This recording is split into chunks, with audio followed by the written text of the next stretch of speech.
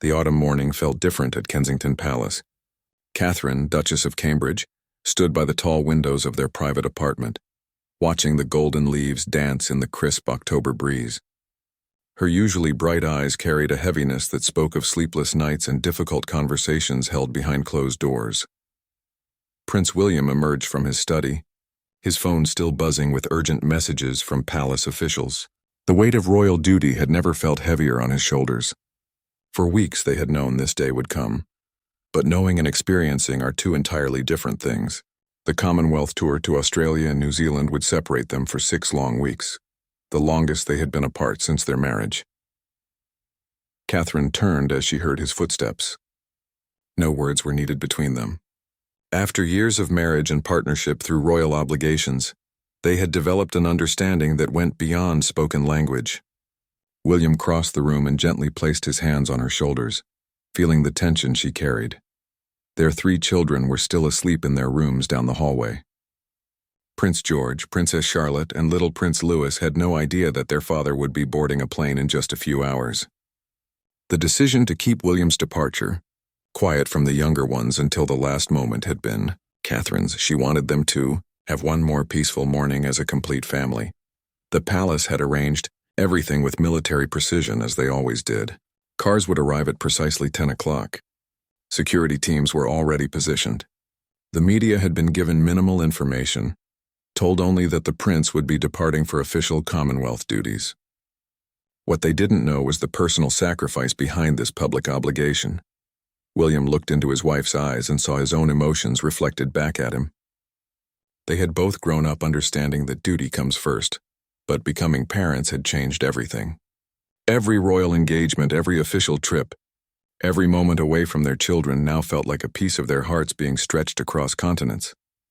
Catherine had insisted on coming to the airport. Despite the protocols that suggested private farewells were better handled at home, she needed those final moments. Needed to see his face one more time before he disappeared into the formal world of state visits and official ceremonies. The woman who had gracefully adapted to royal life still held on to the simple human need to say goodbye properly to the man she loved. The morning routine continued around them as if nothing was different. Staff members moved quietly through the palace, preparing for the day ahead. The children's nanny arrived early, understanding without being told that the Duchess would need extra support in the coming weeks. The normality of it all made the approaching separation feel even more surreal. William's packed suitcases stood by the door like silent sentinels, each one representing another day away from home. His private secretary had prepared detailed schedules, briefing papers, and contingency plans. But no amount of royal training could prepare someone for the ache of leaving their family behind for duty. As they stood together in their private sitting room, surrounded by family photographs and children's artwork, Catherine reached for William's hand. Her wedding ring caught the morning light, a reminder of the promises they had made to each other in Westminster Abbey all those years ago. Those vows had included supporting each other through all of life's challenges, including the unique demands of royal service. The sound of car engines starting in the courtyard below signaled that their private time was running out. Palace staff would soon appear at their door with polite but firm reminders about departure schedules. The world outside was waiting for Prince William to fulfill his constitutional duties, but inside this room, he was simply a husband reluctant to leave his wife and a father who would miss bedtime stories and school morning chaos. Catherine squeezed his hand tighter, storing up the warmth of his touch for the lonely nights ahead. She had learned to be strong in public, to smile and wave and fulfill her own royal duties with grace and dignity. But in these private moments, she allowed herself to feel the full weight of what royal life demanded from their family. The palace bells chimed 9 o'clock, their familiar sound marking another step closer to departure. Soon William would transform from husband and father back into His Royal Highness, the Prince of Wales. Catherine would become the Duchess of Cambridge, gracefully managing solo royal engagements while raising their 3 children. But for now, in these precious final minutes, they were simply William and Kate, a couple facing a difficult goodbye. The children's voices echoed down the corridor as they discovered their father was leaving. Prince George, at 10 years old, understood enough about royal duties to ask serious questions about the trip. Princess Charlotte, 7 and always observant, noticed her mother's quiet mood immediately. Little Louis, barely 4, simply wanted to know if Daddy would be back for his football match next Saturday. William knelt down to their level in the nursery, his formal travel clothes suddenly feeling too stiff for this intimate family moment. George stood closest to him, trying to be brave like the future king he would someday become. Charlotte wrapped her small arms around her father's neck, whispering questions about whether he would call them every night. Louis climbed onto his lap, completely unaware of the significance of this departure. Catherine watched from the doorway, memorizing the scene. This was the hardest part of royal life, the moments that couldn't be scheduled or managed by private secretaries. The weight of constitutional duty didn't make it easier to explain to a 4-year-old why Daddy had to go away for so long. The nanny, Maria, stood quietly nearby with the children's breakfast. Understanding that this family needed these uninterrupted minutes together, she had been with the Cambridge family for years and had witnessed many such departures, but each one still tugged at her heart. Royal children learned early that their parents belonged not just to them, but to the entire Commonwealth. William promised George he would send postcards from every city he visited. He told Charlotte he would bring back special shells from the Australian beaches. He assured Louis that he would be home in time for Christmas preparations. Each promise was made with the full intention of keeping it. Despite knowing how unpredictable royal tours could be, the sound of footsteps in the corridor announced the arrival of William's private secretary. The departure schedule had to be maintained regardless of family moments. Catherine straightened her shoulders, switching into the composed Duchess mode that the public knew so well, but her eyes remained soft as she looked at her children. George asked if he could walk Daddy to the car, a request that surprised everyone. The young prince had been taught about security protocols and usually accepted that certain family moments had to remain private. But something about this departure felt different to him, more significant than the usual short trips and engagements. William looked at Catherine, seeking her guidance. She nodded almost imperceptibly, understanding that their eldest son needed this closure, needed to feel involved in his father's departure, rather than simply left behind. The security team was quietly consulted and arrangements were quickly made to accommodate George's request. Charlotte wanted to come too, not to be outdone by her older brother. Soon, all 3 children were being bundled into coats for the short walk to the waiting cars. Catherine felt both pride and heartbreak watching her children mature before her eyes, learning to cope with the unique demands of their royal heritage. The walk through the palace corridors felt longer than usual. William carried Louis, who had become unusually quiet, perhaps sensing the emotional undercurrents he couldn't fully understand. George walked beside his father with serious determination, while Charlotte held tightly to her mother's hand. Palace staff lined parts of their route, offering respectful nods and quiet words of good luck. These employees had watched the children grow up, had seen the family navigate the challenges of royal life together. Many of them had their own families and understood the sacrifice being made. As they approached the final corridor leading to the courtyard, Catherine felt her composure beginning to crack. The children were handling the goodbye better than she was. Years of royal training had taught her to maintain dignity in public. But this wasn't a public moment, this was her family, and the rules felt different. William sensed her struggle without looking at her directly. His own emotions were carefully contained, but the effort was exhausting. He had learned from his father and grandfather that royal men were expected to bear these separations with stoic acceptance. But becoming a father himself had changed his understanding of duty and sacrifice. The palace doors opened ahead of them, revealing the waiting motorcade. 3 black cars sat in precise formation, surrounded by security personnel who avoided direct eye contact with the family. Understanding the private nature of this moment, the lead car would take William to RAF Northolt, where the royal jet waited to carry him away from everything that mattered most to him. Louis looked up at his father with wide eyes, finally beginning to understand that this goodbye was different from the usual short trips. Charlotte gripped her mother's hand tighter, while George walked with the measured pace he had been taught for public appearances, though his young face showed the strain of trying to be brave. The autumn air was crisp against their faces as they stepped into the courtyard. Catherine pulled her coat closer, not from cold but from the emotional chill of impending separation. The children clustered closer to their parents, instinctively seeking comfort in their family unit before it was broken apart by duty and distance. The palace courtyard felt unusually quiet despite the presence of security teams and staff. The usual morning sounds of London seemed muffled, as if the city itself understood the significance of this private family moment. William's protection officers maintained their professional distance while staying alert, their eyes scanning for any potential issues while respecting the emotional weight of the scene unfolding before them. Catherine knelt down beside the children, her voice gentle but steady as she explained once more why Daddy had to go on this special trip. She spoke of the people in Australia and New Zealand who were excited to meet their father, of the important work he would do representing their family and their country. The children listened with the serious attention they had learned to give such explanations. Prince George asked thoughtful questions about the time difference, already calculating when he could call his father without waking him up. His mathematical mind, so like his father's, was trying to create structure around the chaos of separation. Charlotte wanted to know if the Australian children were nice, if they would take good care of Daddy while he was so far away. Louis simply asked if he could go too, not understanding why families had to be separated at all. William's private secretary approached discreetly, holding a leather portfolio containing the final travel documents and security briefings. The prince nodded acknowledgement without taking his eyes off his children. These last few minutes belonged to his family, not to schedules and protocols. The Commonwealth could wait just a little longer. The head of security made subtle hand signals to his team, indicating that departure was imminent. Cars were running, flight plans were filed, and authorities in Australia had been notified of their timeline. But none of that mattered as much as the small boy tugging at his father's coat, asking one more question about whether koalas were really as cuddly as they looked in pictures. Catherine stood and smoothed Charlotte's hair, a gesture of comfort for both mother and daughter.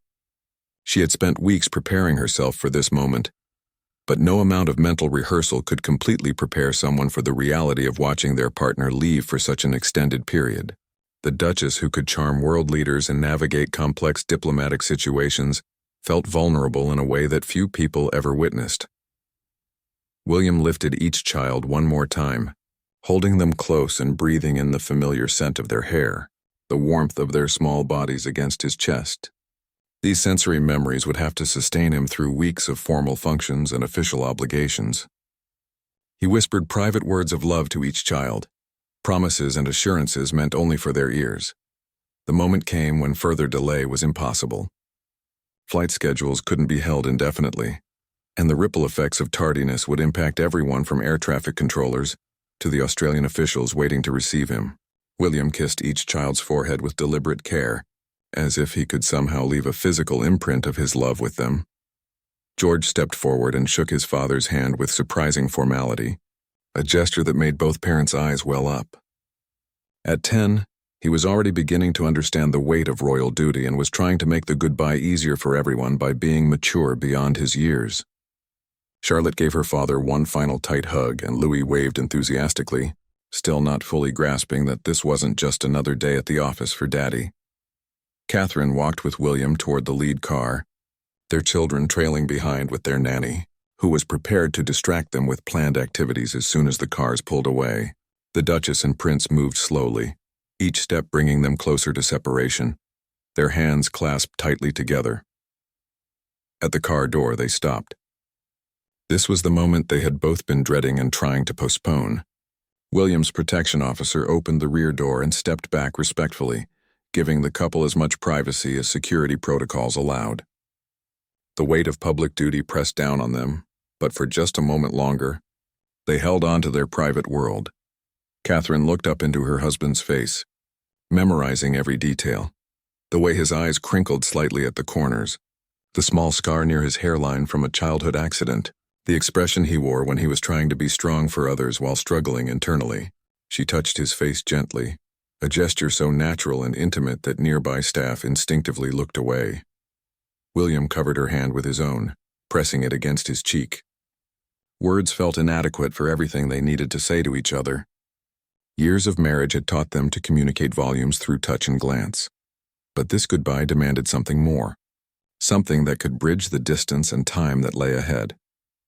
The children watched from a few steps away, understanding instinctively that this was their parents' moment, not theirs. George held Charlotte's hand while Louis leaned against their nanny, all three of them quiet, in the way children become when they sense adult emotions they don't fully comprehend. Palace photographers had been kept away from this private departure, but William knew that once he reached the airport, the official documentation would begin. Pictures would be taken, statements would be released, and his personal goodbye would transform into public duty. But here, in this courtyard surrounded by family and trusted staff, he could simply be a husband reluctant to leave his wife. The final embrace began as naturally as breathing. Catherine stepped into William's arms, and he wrapped her close against his chest, feeling the familiar fit of her body against his. For a moment, the protocol-conscious world of royal obligations faded away, leaving just a husband and wife holding on to each other before a painful separation. William buried his face in Catherine's hair, breathing in the subtle scent of her favorite perfume, the same one she had worn on their wedding day. He felt her arms tighten around him, her fingers gripping the fabric of his coat as if she could somehow keep him from leaving through sheer force of will. The Duchess, who always appeared so composed in public, trembled slightly in her husband's arms. Staff members throughout the courtyard found themselves looking away, understanding instinctively that they were witnessing something deeply personal. Even the most experienced royal protection officers, who had seen countless official farewells, recognized the profound difference between duty-bound departures and this moment of genuine human emotion. Catherine whispered something against William's shoulder, words meant only for him, words that would remain their private secret. He responded in kind, his voice rough with emotion as he made promises about phone calls and video chats, about bringing back special gifts and returning as soon as possible. These weren't royal proclamations or public commitments. They were the intimate assurances that couples make to each other when facing unwanted separations. The children watched with wide eyes as their parents held each other. George, Charlotte, and Louis had seen their parents hug countless times. But something about this embrace was different. It lasted longer, felt more urgent, and seemed to carry a weight that their young minds couldn't fully grasp but their hearts somehow understood. William's private secretary checked his watch discreetly, aware that every minute of delay would cascade through the carefully planned schedule. Yet he hesitated to interrupt this moment, remembering his own family farewells when duty had called him away from home. The humanity of the situation transcended royal protocol, making him feel more like a compassionate observer than an efficient administrator. The embrace gradually shifted as both William and Catherine became aware that they were prolonging the inevitable. Neither wanted to be the first to pull away, to break the physical connection that would soon be replaced by thousands of miles of ocean and continent. But royal duty rarely accommodates personal desires, and they both understood that their private moment was reaching its natural conclusion. Catherine was the first to loosen her hold, stepping back just enough to look into William's face one more time. Her eyes were bright with unshed tears, but she managed a small smile, the same warm expression that had captivated the public and her husband all those years ago. She reached up and straightened his tie, a wifely gesture that felt both mundane and profound in this context. William caught her hands as she adjusted his collar, holding them gently between his own. Their wedding rings caught the autumn light, matching gold bands that symbolized promises made in Westminster Abbey before the world. Those vows had included words about supporting each other through all of life's challenges, but neither had fully understood then what that would mean in the context of royal service. The children stepped closer, sensing that the final goodbye was approaching. George straightened his shoulders in unconscious imitation of his father, while Charlotte moved closer to her mother's side. Louis, still too young to fully understand the situation, smiled up at his parents with the uncomplicated joy of childhood, temporarily lightening the emotional weight of the moment. William knelt down one last time, gathering all three children into a group hug that encompassed arms and laughter, and whispered promises. He told George to help Mummy while he was away, asked Charlotte to keep practicing her piano for him, and promised Louis that he would count all the stars in the southern sky and report back about which ones were the brightest. Catherine watched this final interaction between her husband and their children, mentally photographing every detail. The image would join countless others stored in her heart: wedding day kisses, first steps, Christmas mornings, bedtime stories, and all the precious moments that make up a family's shared history. This goodbye would become part of that collection, bittersweet but treasured. The car engine hummed quietly, a mechanical reminder that departure could no longer be delayed. William stood and turned back to Catherine, reaching for her hand one final time. They stood facing each other, fingers intertwined, storing up the warmth of human connection before distance intervened. Neither spoke during these last seconds together. Words would have felt inadequate for the complexity of emotions flowing between them. Love and duty, sacrifice and commitment, personal desire and public obligation. Their eyes conveyed what speech could not. A lifetime of shared understanding compressed into a single, meaningful glance. The protection officer cleared his throat gently, a respectful but firm indication that departure was necessary. William nodded, squeezed Catherine's hand once more, and finally released it. The physical separation felt like a small death, the breaking of a connection that had sustained them both through the challenges of royal life. As William moved toward the car door, Catherine stepped back to stand with their children. The family unit that had been complete just moments before was about to be fractured by duty, distance, and the demands of constitutional monarchy. The Duchess lifted her chin slightly, summoning the composure that would carry her through the lonely weeks ahead. The car door stood open like a portal between two different worlds, the intimate realm of family life and the formal universe of royal duty. William paused at the threshold, his hand resting on the doorframe, taking one final look at the scene he was leaving behind. Catherine stood with their 3 children clustered around her, presenting the picture of graceful strength that had made her beloved by the British public.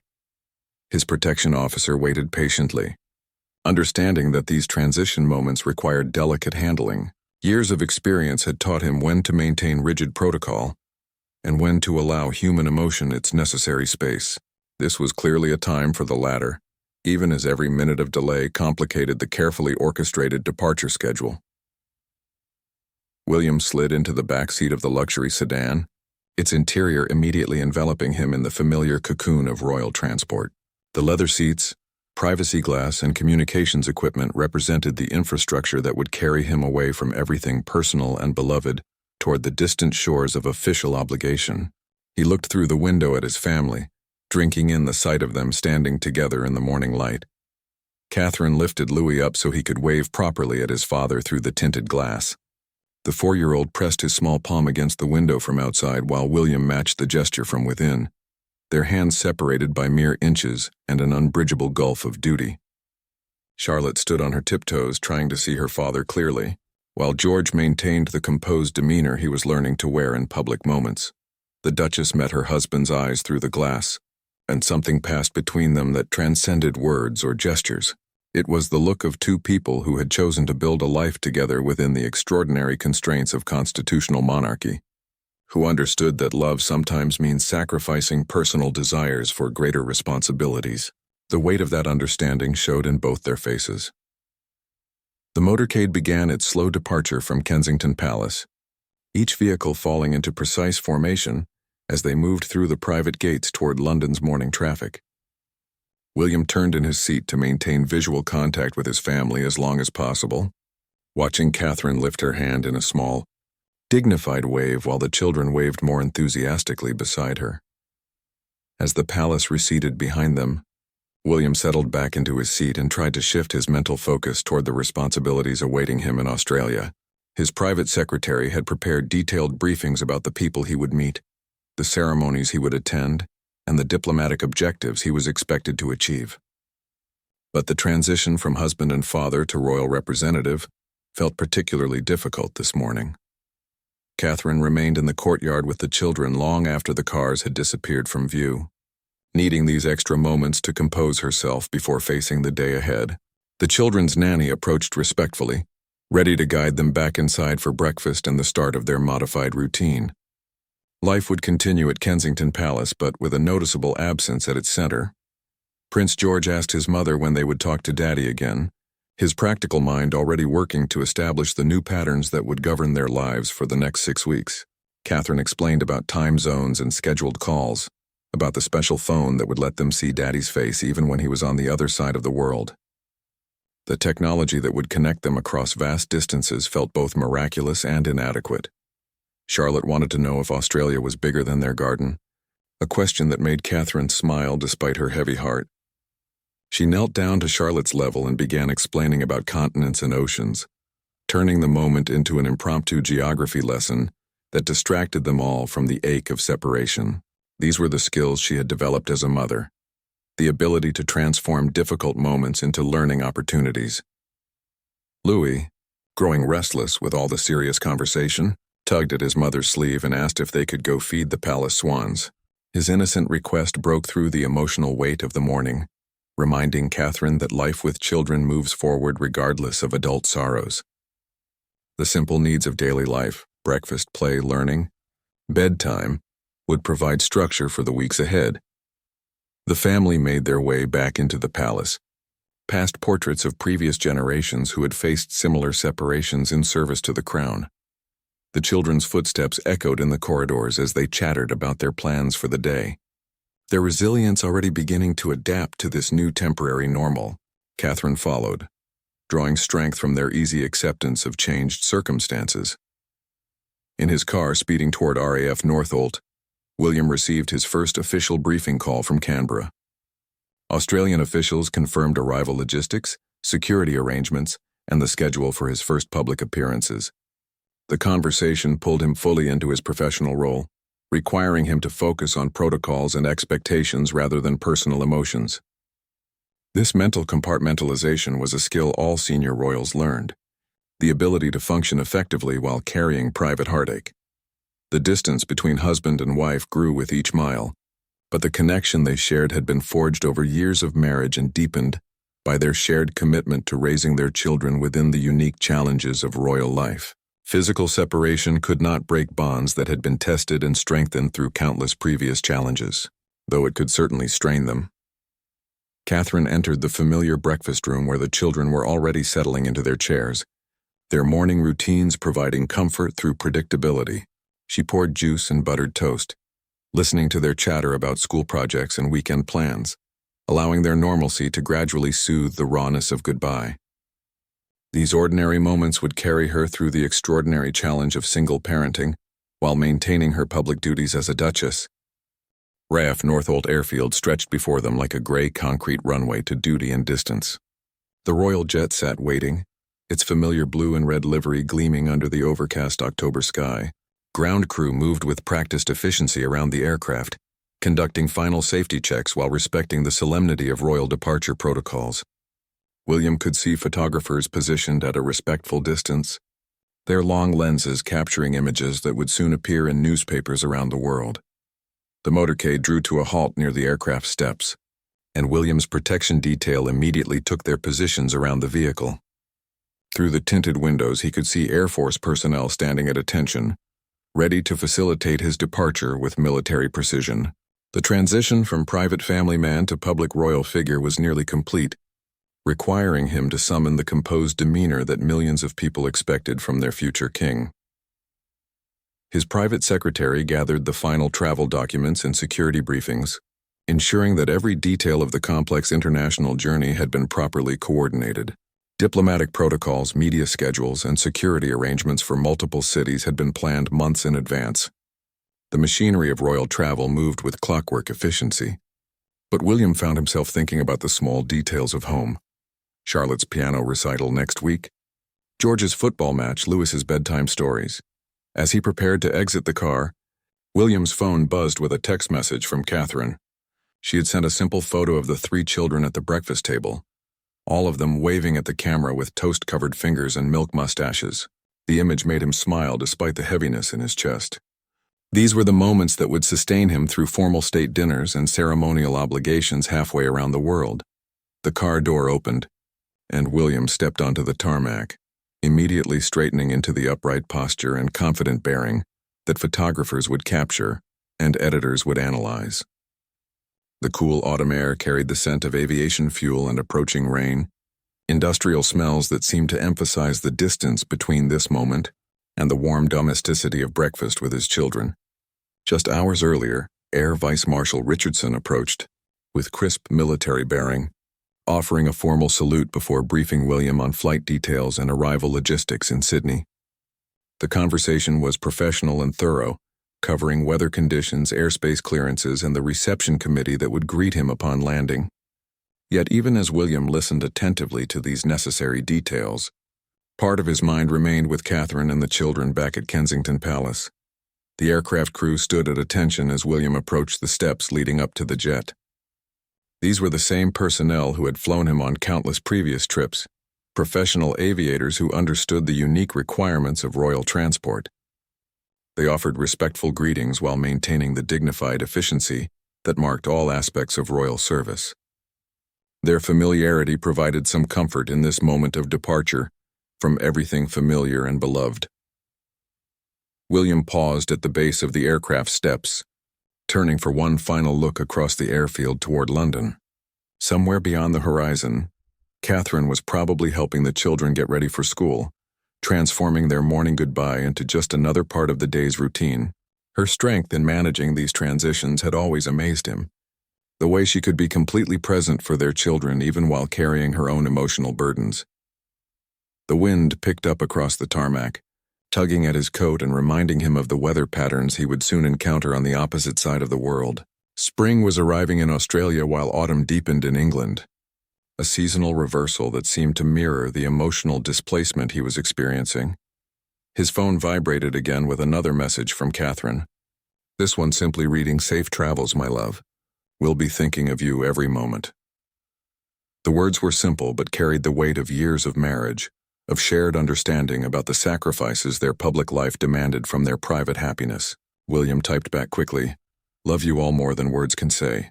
We'll call as soon as I land." The aircraft captain approached with final departure confirmations, noting that weather conditions were optimal for takeoff and that they had clearance for their planned route across Europe, the Middle East, and Asia. The journey would take nearly 24 hours with refueling stops, carrying William progressively further from home with each time zone they crossed. Each mile would stretch the invisible thread connecting him to his family, though modern technology would help maintain some semblance of connection. William climbed the aircraft steps with measured dignity, acknowledging the salutes of ground personnel, while maintaining the composed expression that would be captured in the official departure photographs. At the top of the stairs, he turned and offered a brief wave toward the cameras, a gesture that would reassure the public that their prince was confidently embarking on important Commonwealth business. Inside the aircraft, the familiar luxury of royal travel enveloped him. Comfortable seating, communication equipment, and workspace facilities would make the long journey bearable, even pleasant under normal circumstances. But today, the elegant appointments felt like a beautiful prison, carrying him inexorably away from everything that mattered most in his personal world. His equerry had prepared reading materials for the flight, briefing papers about Australian politics, economic reports, cultural summaries, and biographical information about the dignitaries he would meet. William settled into his seat and opened the first folder, forcing his mind to engage with the professional responsibilities that would define the next 6 weeks of his life. As the engines spooled up and the aircraft began its taxi toward the runway, William looked out the small window at the English countryside rolling past. Fields and villages, roads and rivers. The familiar landscape of home grew smaller beneath them as they climbed into the gray October sky. Each foot of altitude increased the physical distance between him and his family, though the emotional connection remained as strong as ever. The aircraft leveled off at cruising altitude, and William allowed himself one final look at the message thread with Catherine before switching his phone to airplane mode. Her last text included a photo of their bedroom, showing the book he had been reading left open on his nightstand next to a cup of cold tea. "Your place will be waiting," she had written, and those simple words conveyed more comfort than any elaborate declaration of love could have managed. 6 weeks later, the same aircraft touched down at RAF Northolt under a crisp December sky. William pressed his face to the window as they taxied toward the terminal, his heart racing with anticipation that had been building for days.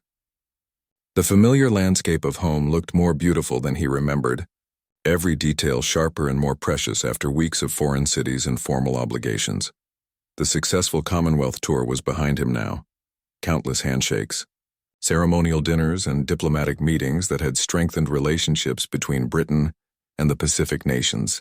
Newspapers had praised his representation of the Crown, and palace officials were pleased with the positive coverage. But none of that mattered as much as the reunion waiting for him just a few miles away at Kensington Palace. Catherine had texted him that morning with a photo of the children making a "Welcome Home Daddy" banner, their artwork sprawling across a long piece of paper with handprints, crayon drawings, and glittery decorations. George had written, "We missed you," in his careful handwriting. Charlotte had drawn a family portrait with everyone holding hands, and Louis had contributed enthusiastic scribbles that somehow perfectly captured his excitement. The aircraft door opened, and William stepped onto English soil for the first time in 6 weeks. The December air felt sharp and clean after the tropical heat of his final stops in Fiji and Tonga. He breathed deeply, feeling something tight in his chest finally begin to relax. Home had a smell and feel that no other place could replicate, a combination of familiar weather patterns and the indefinable essence of belonging. The drive through London felt surreal after so many weeks in foreign cities. Traffic patterns, architectural styles, even the way pedestrians moved on the sidewalks. Everything seemed both exactly as he remembered and somehow more vivid than before. His protection team maintained their professional focus, but William sensed their own anticipation for reunion with their own families after the extended tour. As the motorcade approached Kensington Palace, William could see decorations in the windows of their private apartment. Paper snowflakes and Christmas lights had appeared during his absence, evidence of family life continuing and preparing for the holidays. The children had obviously been busy with Catherine, creating the magical atmosphere that made their home special during the winter season. The car pulled into the familiar courtyard where he had said goodbye 6 weeks earlier. The same autumn leaves had long since been cleared away, replaced by the bare branches and winter preparations that marked the changing seasons. But as he stepped out of the vehicle, the palace doors burst open and 3 small figures came running toward him with unrestrained joy. Louis reached him first, launching himself into William's arms with complete faith that Daddy would catch him. Charlotte arrived seconds later, wrapping herself around his legs and chattering excitedly about everything he had missed: piano recitals, art projects, and the gap where her tooth had fallen out. George approached with more dignity but equal enthusiasm, his hug fierce and prolonged as if he had been storing up all his emotions for this moment. William knelt down and gathered all 3 children into his arms, breathing in the familiar scent of their hair and feeling their solid warmth against him. These were the moments that made every sacrifice worthwhile, the pure joy of family reunion that no amount of royal duty could replicate. Their voices overlapped as they all tried to share their news at once, creating a wonderful chaos of childhood excitement. Catherine appeared in the doorway, giving the children their moment with their father before stepping forward herself. She looked radiant despite the challenging weeks of solo parenting, her smile lighting up her entire face as she watched her family reunite. The sight of her made William's heart skip in, the same way it had when they were first falling in love all those years. How the children eventually released their grip enough for William to stand and walk toward his wife. Catherine waited for him with the patient grace that had sustained her through 6 weeks of managing royal duties and family responsibilities on her own. As he reached her, she stepped into his arms as naturally as breathing, and the world finally felt complete again. Their embrace was different from the desperate goodbye they had shared weeks earlier. This was a homecoming hug, full of relief and gratitude, and the deep satisfaction of obstacles overcome. William buried his face in Catherine's hair, feeling the tension of weeks of formal protocol finally drain away as he held the woman who knew him better than anyone else in the world. The children clustered around their parents, creating a family huddle that blocked out the rest of the world.